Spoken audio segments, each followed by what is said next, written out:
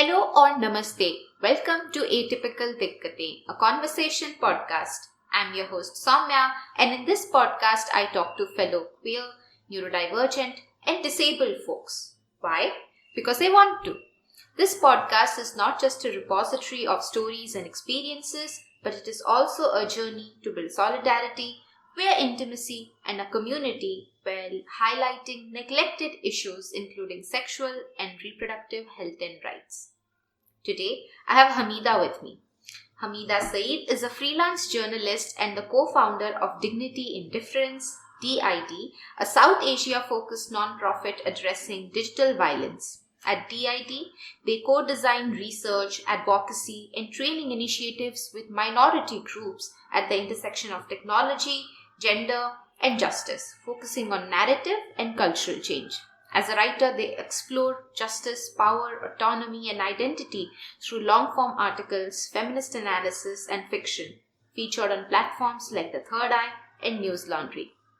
Welcome, Hamida. Thanks for taking out the time to join me today. Hi, Soumya. Thank you for having me. I'm really excited to move forward with this conversation and learn a lot by sharing. I'm not feeling a lot of anxiety because, we know each other for quite some time. So I'm not feeling very nervous about it. That's true. I share that feeling. But yeah, Hamida, because we are going to talk about SRHR and given the, extensive work that you have done in this field, including all the intersectional issues, I wanted to ask you, looking back at your formative years, what moments shaped your understanding of SRHR, particularly in relation to menstruation and bodily shame? Thank you, Soumya, for asking that question. Because I think for me, it started right during, my childhood years. I was a young woman at that time and I had a very limited understanding of who I was. Whatever is it that was taught to me around me, I just absorbed that. So I remember once I was told about the concept of menstrual health. I was told about the concept of menstruation, how much it was tied to my idea of being a woman, having the perfect days of menstruation. Like if you had 5 days, that was the perfect amount of time. And if you had more than 5 days, you had 7 or 8 days, like, oh, wow, that's going to be a lot for you as a woman. And I think that really shaped my desire to want to have that experience because I felt I would embody what it means to be a woman. But looking back, I realized that I did not have a lot of awareness around knowledge when it came to my own body, when it came to organs surrounding my body. And especially since we're talking in the context of SRHR. So more specifically around my sexual and reproductive organs. I remember back when after a couple of years after I had gotten used to the idea of menstruating, there was this discussion between me and my mother in which she asked if I would want to start putting on a menstrual cup because she said it's more sustainable and she said maybe it's something that might be more suited for someone like you who's always on the run. And you won't have to worry about it being about disposing pads off. So I very excitedly bought a menstrual cup and I felt a lot of pride for taking a sustainable step in the right direction. But I still remember, and it's quite embarrassing, I inserted the menstrual cup in the wrong opening because I didn't think my vagina had an opening. Because I was not taught that in school. I had not had those discussions with my relatives, with older women. So I remember feeling very confused. I'm like, why am I still bleeding out? Have I not inserted it properly? So I went to my mom and I told her that, yeah, something's wrong. Like maybe like my body is not accepting the menstrual cup. And she's like, where have you inserted it? And then I told her and she's like, do you know that there is a separate opening for it? And I was like, what? And I was fairly an adult at that time. So looking at my mother's face, I felt a lot of shame. I felt like a failure. I felt like, I talk about being a feminist and I don't even know how many openings my body has. What my reproductive organs look like beyond the biology class that I've had once. But even beyond that, even though I had access to maybe like the internet to be able to explore these questions, explore what my body looks like, I didn't know what questions to ask. I didn't know the right questions. And there was always this level of morality that was attached to whether or not you could have these conversations. So, like, even in the ways in which I would talk about it with my mom, with my sister, it would just be like a 5 minutes brief conversation, and I'm no questions asked. Like, this is what it is, and you just have to accept it.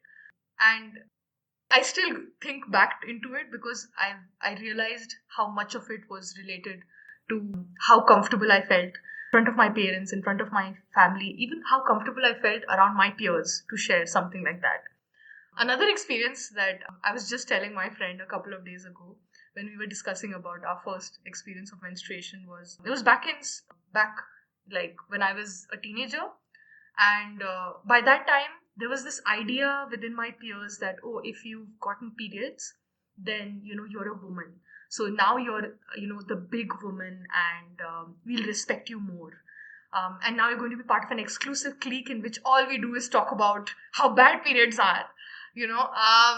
So I felt very left out of that entire conversation, and I had also migrated from Saudi Arabia at that time, so I was feeling even more left out. And I kept telling my sister, like, I'm not getting my periods, everyone's talking about it, everyone's gotten their periods, maybe they're better women than me. And she was like, oh no, don't worry, sometimes it comes late, it'll come at its own time. And then one day I remember I woke up with a huge stomach ache, and it was unlike any ache I've ever had before. So I went to my mom and I told her, and she said, oh, it looks like maybe your periods are going to come for the first time. So I was happy, but I was also like, oh my God, is this what periods feel like? Like, there's so much pain all the time. And much later, when I went to the nurse and then she told me, like, oh, okay, this is what you have to do. You have to put a pad and everything. And then I did that. I eventually realized that I was just constipated. I had not even been experiencing menstrual pain. And by that time, I had told so many people, like, I think I'm undergoing menstruation. And I said it with so much pride. And after that happened, I obviously could not lie. I had to tell them that, oh, actually, I was just constipated. And in that moment, I felt stupid. In both of those moments, actually, I felt really stupid. But now when I look back, I don't think I'm at fault. I think it was this lack of being able to have such messy, chaotic conversations about your body in which you're not able to pinpoint the pain, you're not able to pinpoint at what point you're supposed to know certain aspects about yourself.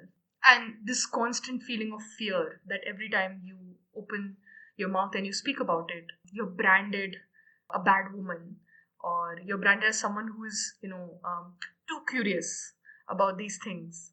So I think that shaped my hesitancy in wanting to know more about my body, and in being okay with this mysterious SRHR, and not really engaging with it until much later in my adulthood. It's almost like a little baffling also, no? Like how until you have those periods, you're seen in a certain light. Like people want us to reach that stage, right? Because it's a huge turning point in our life. And until that, it's seen in a different way, right? It's not seen through the lens of shame. But once it starts, and then our understanding starts shifting, we are more ashamed of it. But I want to ask you about that at home, like these unspoken rules around bodies that you encountered. How did that shape your sense of autonomy and control? I remember I was very scared of exploring my body. And the thing is that when we talk about exploring our body, everybody's like, oh, what do you mean sexually? But that's not what I necessarily mean. Of course, that's one aspect of your body, but it's also about how your body reacts to certain things, reacts to certain foods.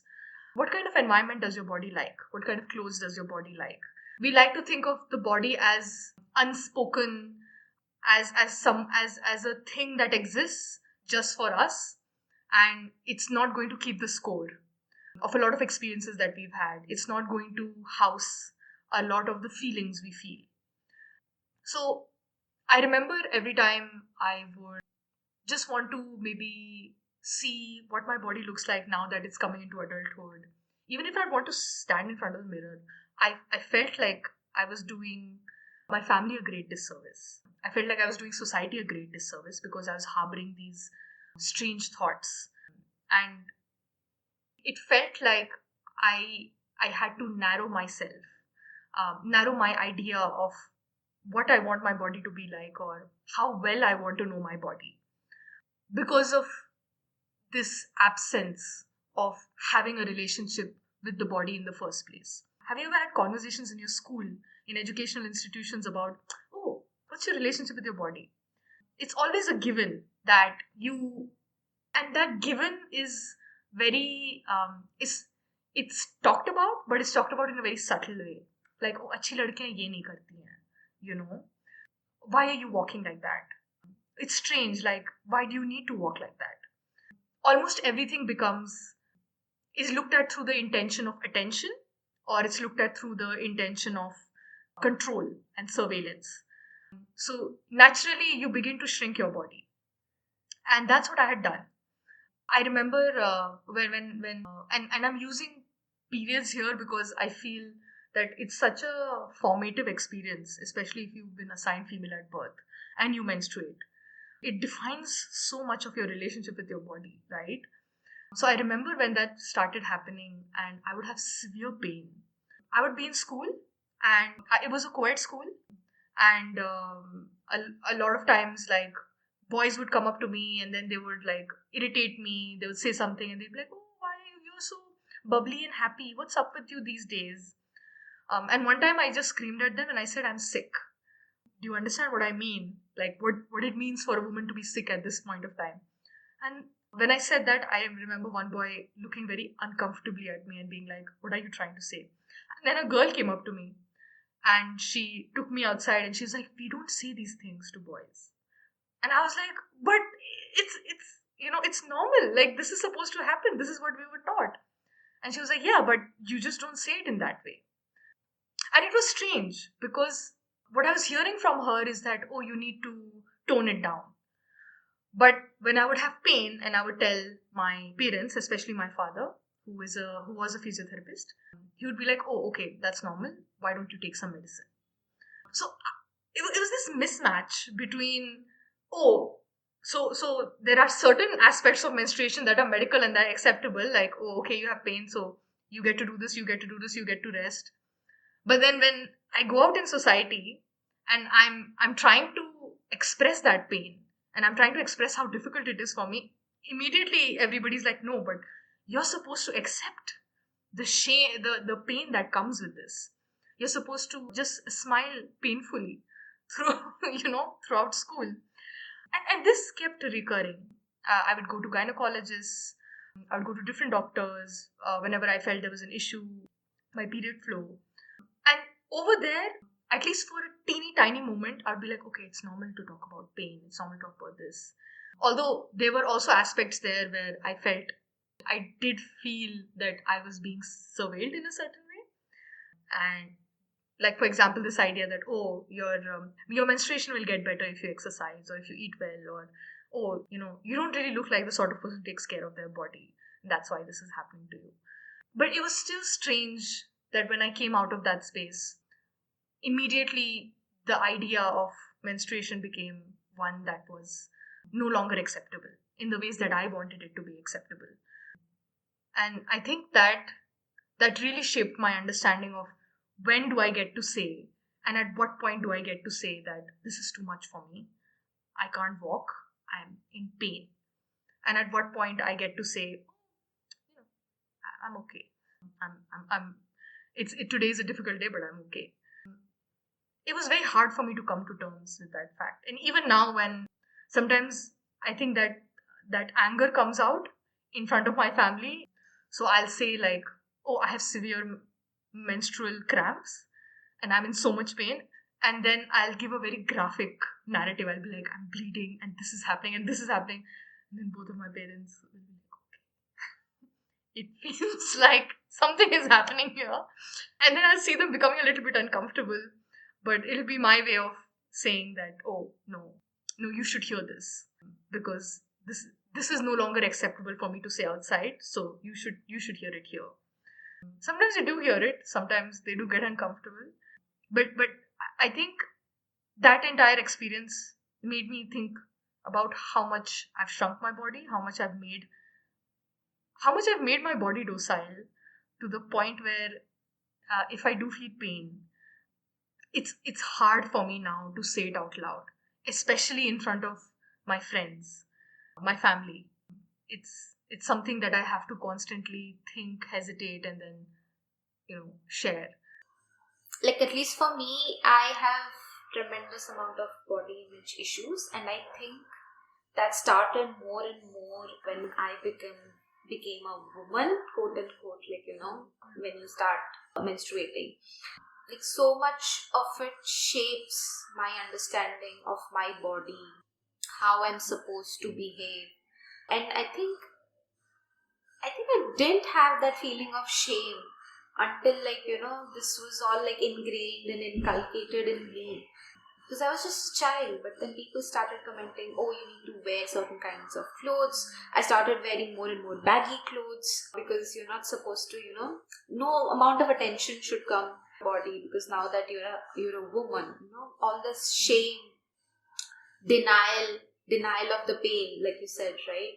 A good woman you should deal with this pain. Everybody deals with this pain. So you have to just, like, breathe in and suck it up and, be that, like you said, the docile women. And how much of discrimination that leads to, like, for example, if you are sick, you have a cold or something, it's seen in a very different light. But when you are menstruating, it's seen in a very different kind of light. And also periods are seen as a form of sickness. There's a mismatch, right?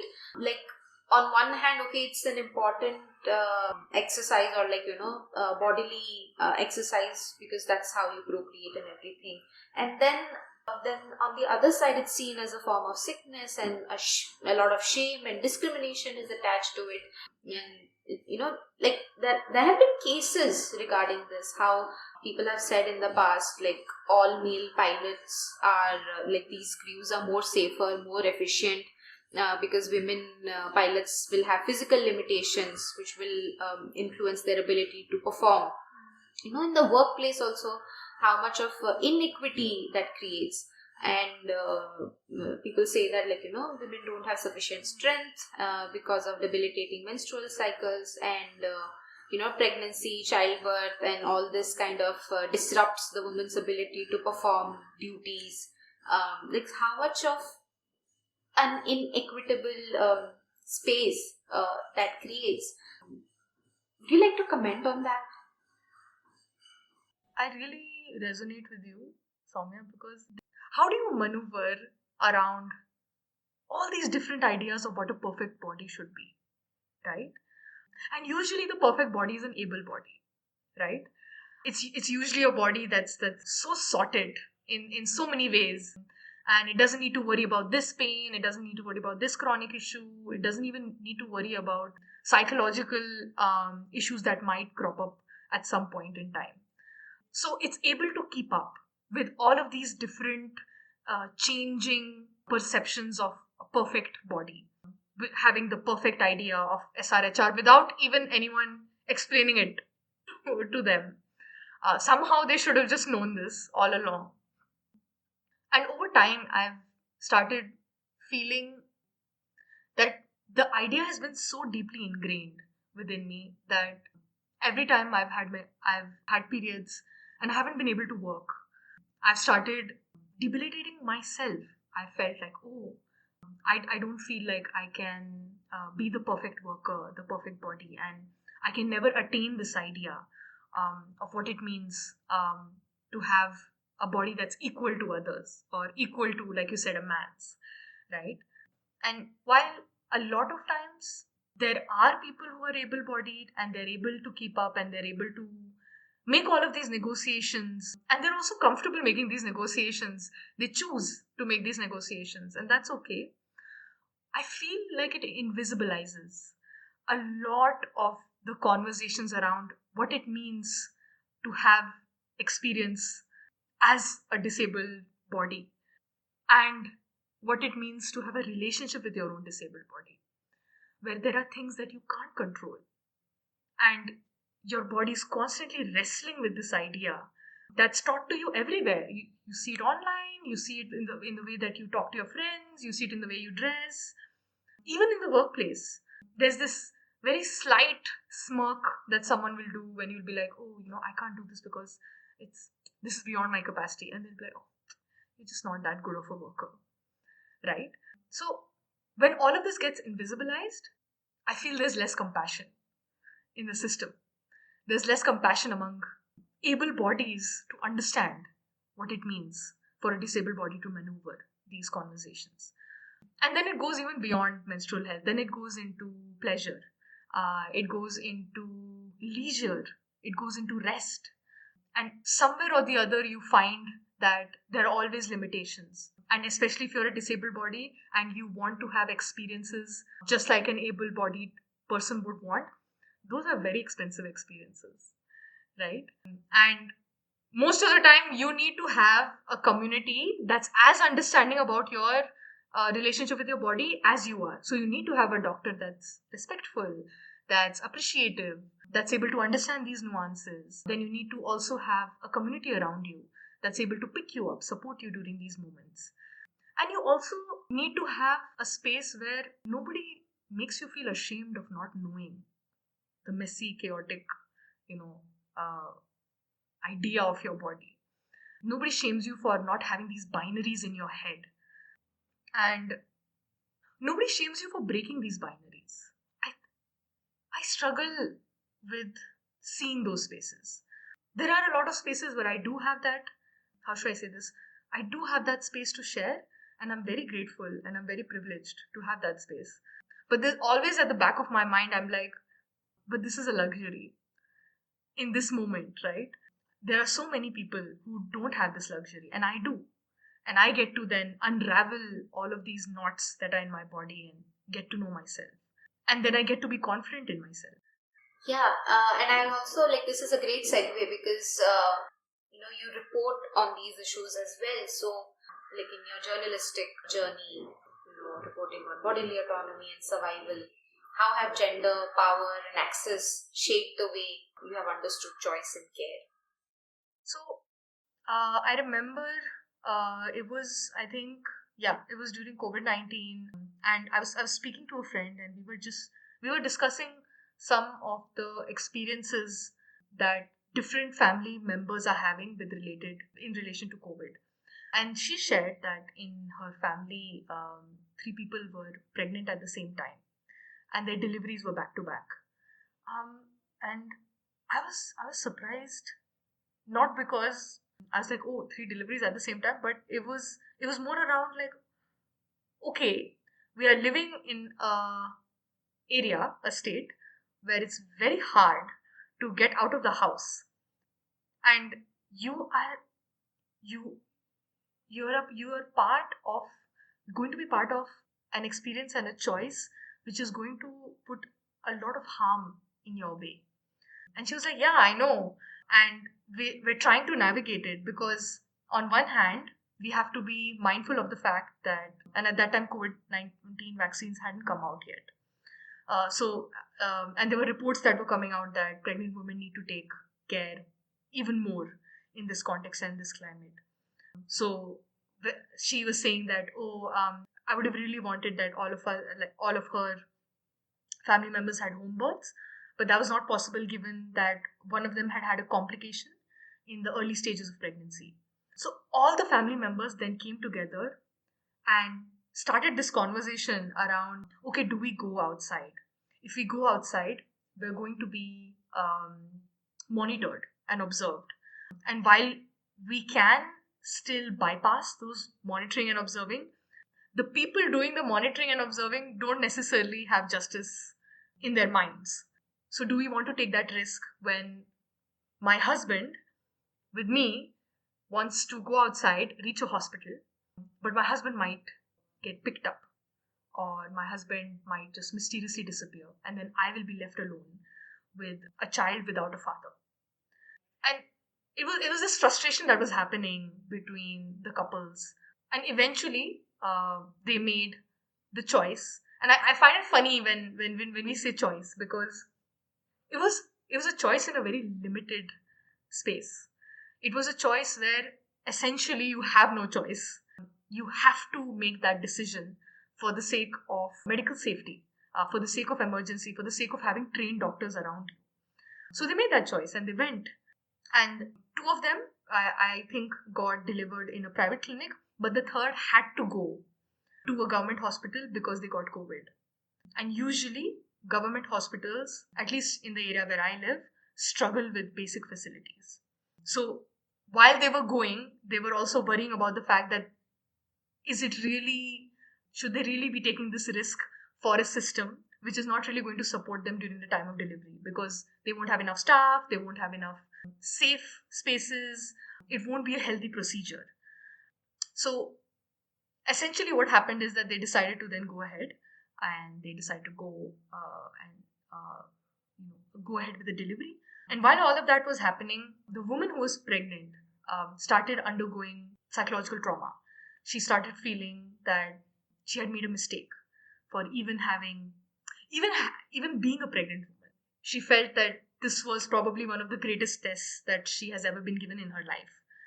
And a lot of times when she was feeling stuck, she was feeling scared, she was feeling a lot of pain, she didn't say that out loud, right? Because she felt at that time that the important thing is to get the baby delivered. And even thinking about care is a luxury at this point of time. Because there's lockdown happening, there are paramilitary forces outside, we need to be careful. So, and as much as the doctors would have wanted to help, they were also in the same position where they were trying to do the best they can to support the delivery process while also not coming too much under the scanner of people who were monitoring outside. So how, in such a situation, when even the perfect body is experiencing so much agony in navigating these different choices that they have to make at that point of time, how much more difficult would it be for a body that's disabled? Also, a body that doesn't look like the conventional body. Would they even be able to access the hospital? Would they have been received warmly like she was received? Because she fit the bill of being a cishet woman who was pregnant, right? She was following the script. But what about people who don't follow the script? And what about them, especially when they live in a conflict-affected region? How much of their needs are prioritized? And of course, there are spaces where their needs are prioritized. But how much access do they have to these spaces is another question altogether. How much more how many more obstacles do they have to go through to even build that space of care is also a question that needs to be understood. But when I reported on that, I remembered that it stayed with me for a really long time, that story, because I remember telling my mother, like, if this is the situation with them, then the rest of us don't have a chance. And my mother was like, "Oh, you're being too negative." And I'm like, "I'm not being negative. It's strange that you have to make all of these negotiations, and it becomes like a do or die situation. When for so many couples, and especially cishet couples, having a delivery should be one of the most important moments in their life. But to have those moments colored by the foundation of fear, insecurity, and constant caution also makes you think about what it means to live as a body in a state that is so deeply surveilled." Wash is like a human right? Access to clean drinking water, sanitation, hygiene. And the UNCRPD also reinforces that. But it's everything that has been happening in the world right now, and pregnant women can't access wash facilities, menstruating people can't access wash facilities. And I remember a time in my village where we faced these challenges to some extent. For example, there was no continuous water supply, or we had to go to the field sometimes. Those kinds of things I have seen. And then social workers who work on the field, how difficult it is for them. And again, like you said, just difficult for able-bodied people. And then imagine extra layers of marginalization on top of that. And even if it's a human right and everything, it's not available, and you are expected to live through that pain with dignity. And I don't understand why is pain so unacceptable for people. And the only conclusion that I have come to is because it creates discomfort for others. Disability also creates that discomfort for others, and people don't want to deal with that discomfort. That's why they want to cure disabled people, so that they don't have to feel that, unsettling kind of feeling, right? But yeah, going back into that discussion, like, given like how times of conflict and crisis, how the perfect body is defined, who gets to decide, who gets the choice to make those decisions, how does this shape the treatment of queer disabled bodies in your experience? So I think the most important experience that stays with me every time I go back home is, so my mother has two sisters. Both of them are disabled. They can't speak and they can't hear. And at that time, when they were declared disabled by the family doctor, at that time there was not a lot of understanding, at least where my mother lived, about the Indian Sign Language. So they developed their own language of talking. And it was only much later that I realized that the language revolves a lot around emotions which can be easily expressed and things which you need to get done. So essentially logistics and the most expressive emotions. And so essentially, like, we can have conversations around tea. We can have conversations around how to make tea. We can have conversations about what this relative said to another relative. But can we have conversations around depression, right? Can we have conversations around feeling suffocated? And can we have conversations around pain? Not the pain that's easily expressed, but the pain that's sometimes murky, that sometimes even we find difficult to express, able bodies. So I remember, and this has happened so many times that it was normalized in my head, and it was only recently that I realized that this is actually not that normal. But I remember one time so both of them, I call them Khalas. My elder Khala, she had a lot of pain in her during menstruation, and she had not yet undergone menopause, and I was really, really young at that time. So I remember my mother took her to the doctor. I also came along because I was like, oh, I have nothing better to do, so I'll just go along and see what happens. And I remember the doctor getting very irritated, looking at my elder Khala, trying to say something to him in sign language.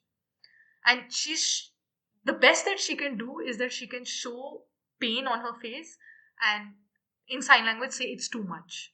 And then the doctor looks at her and then looks at my mother and says, what is she saying? I don't understand.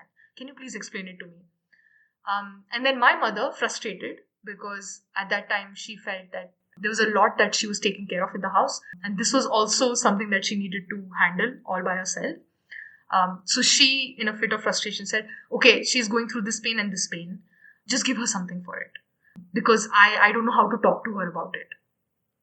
And then the doctor was like, okay, I'll just give her like a medicine. And that should keep her quiet.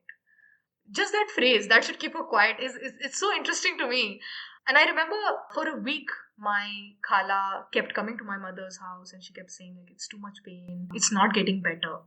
And then my mother went to different doctors and eventually found a doctor who was a bit more patient. So he ordered a couple of very specific tests and then they were able to find the cure. But I always think back to how many times my Khala had to say the same thing. How many times she was unheard, and only to finally come to a point where she was like 1% more heard, I would say, 1-2% more heard than the other doctors and other spaces. And then she could get medicine for that. And then it made me think about the larger idea of, just this idea of like, just find a medicine. Find a medicine that will make this all go away. Because, and I don't blame my mother for that. because there's a lot that she's handling and there's a lot that she's juggling. But it also makes me think about this narrative, at least in all of the spaces that I've been, where okay, we'll just figure out what's wrong, we'll give you the instant solution, and then like you just stay quiet, like you've always stayed quiet. There's so much that we're dealing with. We can't deal with your situation, and that experience itself made me think about, oh, does my Khala not have the perfect body? Is that why she's treated like this? If my Khala had the language that all of us are used to, and if she was, and even in the language that all of us are used to, we use our language a certain way to convey certain things to the doctor. There's already some politics going on between the doctor and us, right? There's some things we'll say very subtly. There's some things we'll say very, on the face, and the doctor's just supposed to get it. And then the doctor also expects you to be very clever and quick when you're explaining your pain. So for her not to have that was a huge issue. And then it became a larger idea of, oh, does she get to talk about what she's undergoing, and whether or not she's actually undergoing it. What if it's all in her head? The second time when this happened, there was a doctor who said, I think it's all in her head. I think she hasn't gone outside. Just take her out in the garden and make her walk. You know how it gets. These people get cooped up. So just like take her for a walk and she'll be fine. And it was, at that time I didn't realize it, but much later I realized how uncomfortable that was. And even now she follows his advice. Whenever I go home, she's always working in the garden. And when I tell her, like, oh, how are you? How's everything? And she's like, oh, you remember that doctor told me, like, whenever I'm feeling something, I should go out for a walk in the garden. So I'm doing that. And then I ask her, like, is that something getting better? And she's like, no, but I just do it. And this is pain that is probably about different organs. But what happens when it's in the context of SRHR? This is another experience that she's had that she often talks about, my buddy Khala, and she talks about how she had lost her child, and when she lost it, the moment she lost it, the doctor was like, oh, she can't speak. Oh, then me having done this is not that big of a deal because she can't speak, so it's okay, right? It's like saying, oh, there's this perfect body that gets to say and that gets to advocate for itself, and then I take it seriously. And then there's this body that's like, 65%. So I'm not going to take it that seriously. And I don't think it gets to say. And that incident has stayed with my Khala. She still talks about it. Every time I go to her, she still talks about it. She talks about what happened. She talks about how the doctor treated her. And I remember having a conversation about it with my mother. I told her, like, why does Khala always say the same things all over again? And my mother was like, do you listen when she says it? Or do you wait for a sound? Like, do you need her to say it in a sound to understand how important it is for her? Is it only because she's signing in silence that you think, like, oh, why are you saying this? And that has also stayed with me. Because it's made me think a lot about who gets to speak, whose words are accepted, who gets to be outraged, who gets to claim the pain of their body and be taken seriously for it, right? And over there, I think the politics of the body comes in. I think you will be taken seriously if you have a lot of money. I think you will be taken seriously if you look a certain way, right? Your pain will be taken very seriously. But there are a lot of people whose pain aren't taken seriously. And then they have no choice but to get over their pain because they need to survive, right? They need to be able to, because they don't have access to the spaces that money gives, class gives, caste gives, religion, identity, all of these different factors gives. They find their way to move beyond it. Just like my Khala.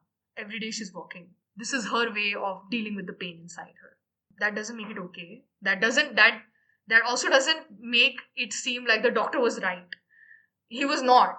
But because he represented a central authority figure for her, he became the truth for her. So whose truth is accepted? Who gets to make all these facts and truths about your body? I think I think once we start questioning it, at least once we start asking the right questions, our curiosity should take us to the truth that is important for us and that gives us the most voice. I would just like to add maybe curiosity and some sense of compassion. Because while I was listening to you, there are so many layers. There's ableism, there's invisibilization of that pain, and the deprioritization that is happening because a certain body doesn't fit into these standards or molds that are created in our society.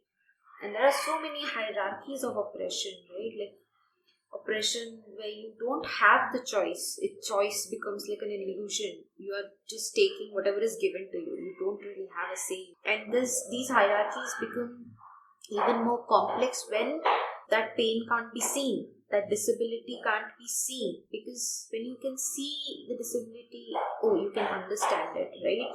Because that's how it works in the world. But trauma, PTSD, psychosocial disabilities, how these are, different hierarchies, and who, like you said, whose pain or like whose trauma, whose disability gets more attention and others are neglected. So a sense of curiosity, hopefully, when we are asking these questions, and also maybe some sense of compassion. Before we close, do you have anything specific that you would want to share with the listeners? Anything that you would like to urge people to think about? I think okay to not know. I think it starts with yourself. It took me a really long time, Soumya, to come to this point where I get to speak about this with you and not die in mortification later and be like, oh my god, Soumya knows this about me and Soumya is going to judge me. And most of the time when we are expecting people to judge, it's mostly a reflection of how much we judge ourselves. I think we judge ourselves a lot. And that's why now every time I make a new friend, I always make it a point to tell them that story of the menstrual cup, because I'm like, this can happen even when you are an adult. So don't be ashamed. I think I also think we carry our childhood experiences a lot, and we don't realize that. We also don't realize how much meaning we get from everything that we're taking in. We're subconsciously learning ideas about ourselves, about our body, about others. So I think it's okay to be a bit more curious about yourself and compassionate about yourself. You're right. And also assume generosity about others, right? I think at least the pulse that I get now is people are just afraid to be wrong. They're afraid to say the wrong thing and get judged for it. And that goes both ways. It's someone who's trying to understand SRHR for the first time. It's someone who doesn't understand it, has had preconceived notions about it, and is like, but I really, really want to have this conversation, and I'm scared that I'll say something wrong and someone's going to judge me. It goes both ways. So I think when you assume generosity and you approach from that perspective, it will surprise you in the ways in which you learn about different bodies, and you surprise yourself in the ways in which you accept that yes, of course, this is not the binary. Of course, there is a reality outside of this. So I would say, give to anyone who's listening. Thank you for listening so far. Give yourself that chance to see a world that has been forced not to exist. Take your time. Take your time to explore it. Don't have to know everything every time. And the right people will always give you the space to be able to unlearn the concepts that restrict you, and you will find your footing. I love that generosity. I'll keep that in mind. It's important to be generous with others. It's important to be generous with ourselves as well. So yeah, I'll keep that in mind. Thanks, Amita. It was lovely talking to you. Thank you, Soumya. Thank you for this opportunity. It was lovely sharing all of this with you, and I hope you don't judge me. Not at all. Not at all. Thank you that you created a space where I felt safe enough to share this. It means a lot to me. So thank you, and thank you for the work you do. Thank you for the labor you put in. I'm sure it touches hearts. That's the aim. I hope this helps out another Hamida, another Soumya somewhere. Yeah. Thank you. If you're hearing this message, you have listened to the entire episode. So thanks for sticking around. You can listen to Atypical Dikkate on Spotify, and if you want to reach out to me, your host Soumya, check out the Linktree link in the description. See ya.